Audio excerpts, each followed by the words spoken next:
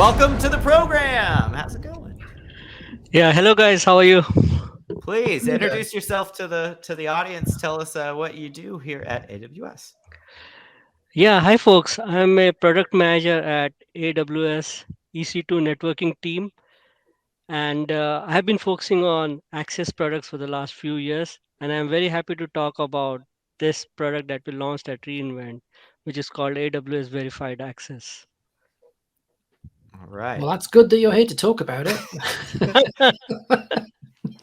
Because I'm curious, because I actually don't remember this one. So I'm starting from zero here, pretty much like ML. So what exactly is Amazon Verified Access?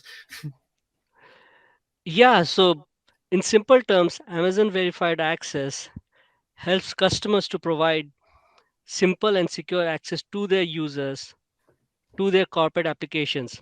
So, what exactly is a corporate applications, right? Yeah. So, corporate application is an application which is developed by customers engineering team using AWS resources. So, this can be your phone tool directory, it can be your a, a application financial dashboard or anything that your engineering team has developed. Typically, you access these applications using VPNs or you have to be on the corporate network. Mhm. Now, verified access allows you to just access these application using secure connectivity in a simple way using internet. This application, you no longer have to be on VPN to get to these applications. Now, Hmm. when you're accessing, let's say without verified access, what's the typical way people are accessing corporate applications today? Yeah, so the most common thing that customers use is that they'll set up a VPN. So as a user, I will first log into the VPN. Mhm. Then the VPN will actually take the customers to their data center, right? So from the data center, we will have connectivity products like transit gateway or site to site VPNs or cloud WAN. So essentially, as a user, you have to go to the VPN. Then VPN takes you to your data center. Your data center then connects to AWS, and that's how you access your application. Now, some customers, what they did was they used client VPN. So we came up with a product called AWS Client VPN. So with client VPN, it's still a VPN. You still have to connect, but the client VPN will directly take you to AWS. So you don't have to hop through your data center. That was the second generation, right? Now this one is the third generation where you don't even need a client or anything. You just connect to your application. You just say HTTPS my application, and it will take you this product will take you directly to your application, and then this product will actually verify your credentials. If you meet your credentials, then you are good to go and access your application. So it's quite simple. You just need a web browser and you just need internet connectivity, nothing else. Hmm. And can you talk maybe? I think probably there are people in the audience who are very familiar with VPNs. But can you talk just a little bit about why? Number one, what is a VPN, and number two, like why is it kind of inconvenient to have to utilize a VPN to access these corporate applications or really like most of your corporate network in general? What type of thing is this solving for, right? With instead of using a VPN. Yeah, so the fundamental principle of security for last few years has been that, hey, if you are within the network, you are good, right? So Right. then you can access anything within the network. So you have access to everything. Now, one thing is that if I am in my office, so I am in my network, right? So then the network trusts me, and then I can access any server, any application, anything. Now, what do you do when you are remote? You're working from home or hotel or somewhere else, right? Cafe. So in that case, first you need to get to the network. So that's the VPN. So VPN is remote connectivity, virtual Right. private network. Once you are on the VPN, so you are on the network. So there are two issues that happens typically. First is that VPN connectivity, as we know, like it can go on and off, so it's not a good user experience. Right, exactly. That's Yeah, what I was talking about. And you also, you're dealing with some users too that don't necessarily know what a VPN is. They just need to access their applications that they use for work. So connecting to a VPN may be new to them. They don't know how to do it, so that may yeah, be difficult also for them. Sorry and, to interrupt, but yeah. keep going. And you need the VPN client on your device, right? So Mhm. let's say you are Mhm. traveling and you just got a laptop, you don't have the VPN client, so you can't just go to the VPN network. That's the number one thing, right? The number two, but this is the user perspective. The number two is the administrator perspective. So once you are on the network, having access to everything uh, is a wide security surface area, right? So it exposes the enterprise to wide varieties of threats. So as an administrator also, you don't want to just blindly trust somebody on the network. So you also want to have additional checks, uh, then allow even if they're on the network, don't allow them access to everything. They have to first verify who they are. They have to verify what's the device is, what's the status of the device is, and whether their job role or permit allows them to access the application or not. So that's essentially called zero trust principles. In So that's what industry is calling zero trust. Even if you are on the network, verify more things, establish trust, and then allow to access the application. Right. So I'm kind of curious as to how this works. And I'm seeing a lot of comments in the chat about, VPNs are good, right? We need the tunnels. We don't want to just open networking, right? Is this effectively like a VPN under the hood? That whereas I don't have to go and explicitly sign into a VPN to get to the network Right. and then the applications. I can just go direct to the application, and it's opening a VPN tunnel without me needing to go through that step. Yeah, so the traffic is encrypted between your device Mm. and AWS. So that's Which is what a HTTP. VPN Yeah, does as Right. well. yeah, it's HTTPS encrypted. So you get all nobody else can see the traffic. So you get all the goodness of encryption, but you just don't have to, as a user, you don't have to log or get on a VPN. Right. So there's still a Yeah. VPN there. I just don't Mm. have to go and explicitly sign into the VPN, Yeah. other than verify my access, of course.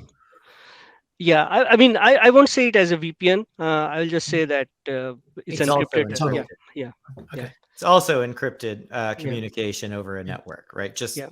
similar to what a VPN Mm. does, but not in the same Mm. way.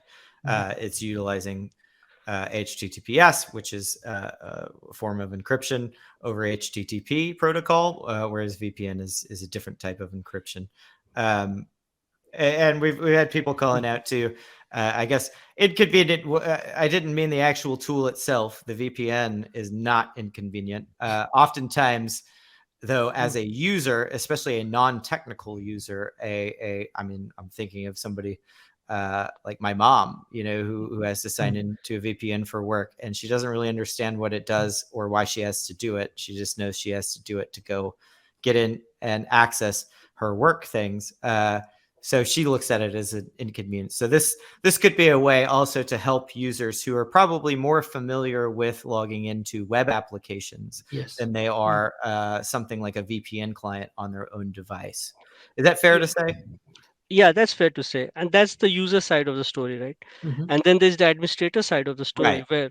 where this particular service allows administrator to create fine grain access. So as an administrator, you can say that only my employees in this financial group can access the financial dashboard, or only this set of people can access this set of applications, but everybody else can access email applications. So you get that fine grained policies which you can set and then decide who has access to what and under what conditions, right? So let's say you can access email from any device, bring your own device, anything, but for this particular device you need to have a compliant laptop, you need to have antivirus, anti-malware enabled, disk encryption enabled, then you need to have screensaver on, all those things. So you can set those policies using this one. So that's the administrator side of the service. Right, right, and we've got we've got an example of somebody giving an example. I work in, or my job is in Tampa, but I work in New York. In order for me to access my files, I need to use the VPN. That's yes, that is one purpose of a VPN. But this is also not necessarily files, right? These are specifically what we're talking about for Amazon Verified Access. The applications that you use at work can be accessed over Amazon Verified Access if you set it up instead of accessing it over a VPN, and you get the same, as Siobhan said, encryption as you would when utilizing a VPN. So it's still secured access to these applications versus achieving that with a VPN. So is this monitored? So if I'm a network admin, right, and I've set these policies up, can I like audit what's going on? Yeah, and that's actually a lot of our customers are actually interested in those use cases. So what we do is that no matter what, any access request. So the moment you say HTTPS, I want to go to my application. So that's a request, right? The request will come here, and then based on your policy, the service will evaluate whether the user should be connected to the application or not. So whether the access is allowed or denied. But no matter what's the outcome, each and every access is logged, right? So we log those access using a standard schema, which is called OCSF, Open Cybersecurity format, and those that data or that log can be used by customers for investigating security incidences, auditing, troubleshooting, those kind of things that you are, Steve, you're calling out. Now, when we talk about, go ahead, Steve. Oh no, can I? You first. I was just going to say, a lot of companies are, and you mentioned this earlier, Siobhan, are adopting zero trust architectures, right? How does Amazon Verified Access help you achieve zero trust? In ways that you'd probably have to build out yourself when you're using other ways to access these corporate applications. Yeah, so let me take that question as two parts, right? So first, let's clarify what is zero trust, because it can mean different things to different people. And at AWS, the way we define zero trust is that we say that to allow access to your application, you should not solely depend on network perimeter. So like previously I was saying that, hey, if you're on the network, either by being on the office or on VPN, so you are on the network. So that shouldn't be the only factor by which access is allowed. So zero trust says that we should use additional signals, for example, identity, right? So we have this single sign-on corporate identity. So that will be a factor. Like, hey, Shovan can access this financial application, but Shovan cannot access the sales application or sales database. So that's what corporate identity means. Right. One other kind of signal is device. So whether my device is compliant, what's the OS of my device? Does the device have the right patch? Does it have antivirus, anti-malware? So the status security signal of the device itself becomes another signal, right? So I can be shown, but if I'm accessing through a compromised device, so still my administrator has the right to refuse. So that's another thing about trust. So that's how we define zero trust. Yeah. And going back to your second question, right? How customers are doing it and how this one simplifies. Now, so customers knew this that hey, everybody shouldn't have access to everything. So how they do it today is that you have a set of policies, which is VPN policies, right? So we talked about VPN, but there is a policy, and one team, networking team, manages that policy. But the application, you still want to have some control on application, who can access those application, because not everybody, we have that experience, right? So not everybody has access to all application. So how that happens, the application developer, they integrate with the identity provider, like this can be Okta or other ping identity. They integrate, they take the guidance from security team, and then they manage a policy that who has access to what. So this is not their primary job, they're application developers, but they're managing access policies on their application. And if you have 1,000 applications, so each team is doing it 1,000 times. Now that there is a third set of policy, which is your device, right? So if your device is not compliant, so you are not allowed to join VPN or you are not allowed to join corporate network. So that's a third set of policy managed by at least 3 different teams. And if you want to make any policy changes or add to the policy, it can take you days and months. So that's what uh, that's the current state of scenario. With verified access, what we did is that all you can define all these policies at a single place, and you can uh, use device, you can use identity to define these policies. And if you have 100 application, you can just define the policies of all 100 application at this single place. So what happens is that now everything is consolidated, which means that if you have to change a policy, add a new application, or roll out a new policy, just a matter of minutes. And from what was Steve saying, that hey, how do I audit and other things, so everything is at one place, so it's also easy to audit and figure out what's going on. Yeah. So you briefly mentioned identity in that with OctaCo. What Mm. I mean, I heard mention of Okta. So that assumes there are some partners in this handling identity. Yeah, and partnership is a big part of this product.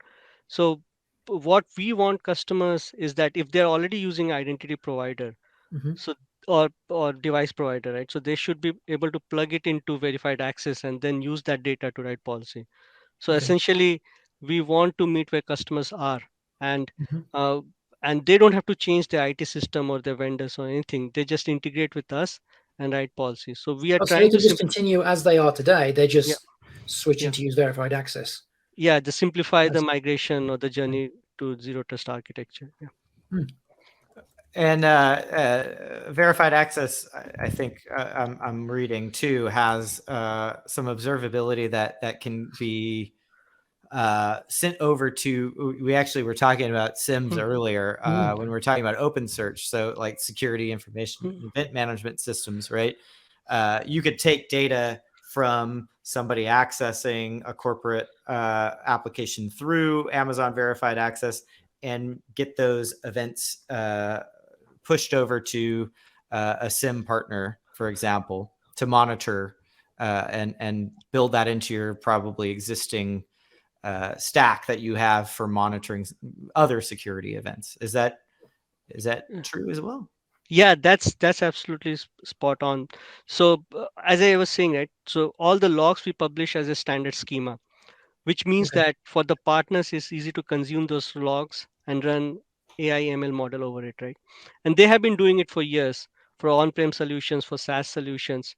So what we do is that we just give them the data, Mhm. they consume the data, and they're also aggregating logs from other places, right? Like SaaS applications, customer might have SaaS application or on-prem Mhm. application, and they're aggregating all these things and giving meaningful insights to the customer. For example, like let's say a user is accessing uh, uh, a application from New York, and then at the same time they're accessing from the East Coast. So something going on, right? So this kind of visibility SIM partners can provide. Or the user normally doesn't log to this application, but for certain reason, the user has logged 5 times in that day for that application. So this kind of insights our SIM partners can give. Okay. Yeah, and we had Yeah. a question from chat actually around what we're talking about right now. And we're actually not talking about VPNs. We're talking about Amazon Verified Access, which is an alternative way to access corporate applications. Whereas, you might also use a VPN to access those corporate applications that are on your corporate network. Amazon Verified Access is an alternative way over HTTPS to be able to access without the use of a VPN. Also secured, also encrypted, like a VPN. So just wanted to clarify that. I saw it come up in chat. Siobhan, do you want to talk a little bit about some of the partners in the device management side too? You mentioned earlier, what if I'm accessing this thing from a compromised device? And there are a lot of great companies that make software that helps with monitoring devices. Yeah, absolutely. So uh, we we launched as preview, and we have 2 device partners right now, and one is Jamf. So anybody who doesn't know Jamf, they're the largest device managers for Apple ecosystem. And then we also have CrowdStrike, who are also a great partner. They're also a leading partner. So with this, you have good coverage, and we are also looking for add more partners as we go GA and as we go throughout the year. Makes sense. Interesting. Yeah, it's definitely, since we've all kind of transitioned from, being in on premise, right, with the network where we're in the environment safe, to working from home, connecting in from who knows where, I can really see how this is pretty important, and also reducing the friction of that connectivity, but at the same time making sure it's secure, right? It's critical. And I think if you have yet to adopt, or if your company is thinking of, should we look into zero trust architecture and should we implement that as well? I think there are a lot of good reasons to explore that. Namely, just because you are on an internal network doesn't build in security to that internal network. Even though you're limiting the access to people, there are still a lot of methods that are insecure about allowing people to access that without other parameters in effect, like monitoring, like observability into who is doing what on the network. So gone are the days of being able to have a very simple network setup where, well, we only allow people on this internal network so we can trust the people that are on there. You shouldn't really rely on that anymore, even if you could ever really rely on that. So this is a good, I think, if your company is considering that, it sounds like Amazon Verified Access is a great way to start investigating how to, build that zero trust or start building that zero trust architecture into your internal systems as well. Is that fair, Siobhan? I didn't want to speak out of turn there. No, that's absolutely fair. And as you said, like zero trust is a journey, right? So Totally.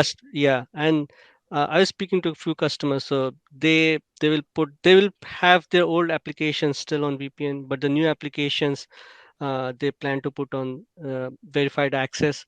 Some customers they are coming up with new offices, right? So in the new geography, they will keep all the geographies still on VPNs and corporate network, but the new geographies will access through this particular product. So there are multiple ways you can migrate to zero trust, and it's a journey. All paths are open. We've got a question from chat around Amazon Verified Access and a multi-factor authentication application. Amazon Verified Access is not acting as an MFA. No, not at all. So you have the MF, but we integrate with your Oktas and your identity provider. So that's where you set up the MFA policy. And what happens is that when a user tries to access, we send the request to your identity provider. And if you have MFA policy enabled, so then they have to log in through MFA. And if that passes, then we'll allow them to go inside. Right. So you would use MFA in conjunction with Amazon Verified Access. Exactly. Yes. Okay. Hopefully that helps. Chat. Well, cool. I think we are coming close to time. Yeah. Anything you want to leave the audience, Siobhan? Anything about getting started? Anything that they can go investigate more about Amazon Verified Access if they're curious about learning more? Yeah, we have a reinvent video, so that's a good place to start. You can go to YouTube and just type AWS Verified Access. It will come up. Then we have documentation and our product web page. Just go to AWS Verified Access and you'll get all the information. And after this session, we have actually we are doing AWS Verified Permissions, and it uses Cedar language, so that's also a good place to get started. We actually use Verified Access uses Cedar language for their policy. So go check out our YouTube video, the Cedar policy language, and these are good places to start. Awesome. Cool. Yeah. Thank you so much, Siobhan. I really appreciate you being here. Hopefully we see you again sometime in the future. Yeah, nice to have a chat, and happy to talk about this one as well.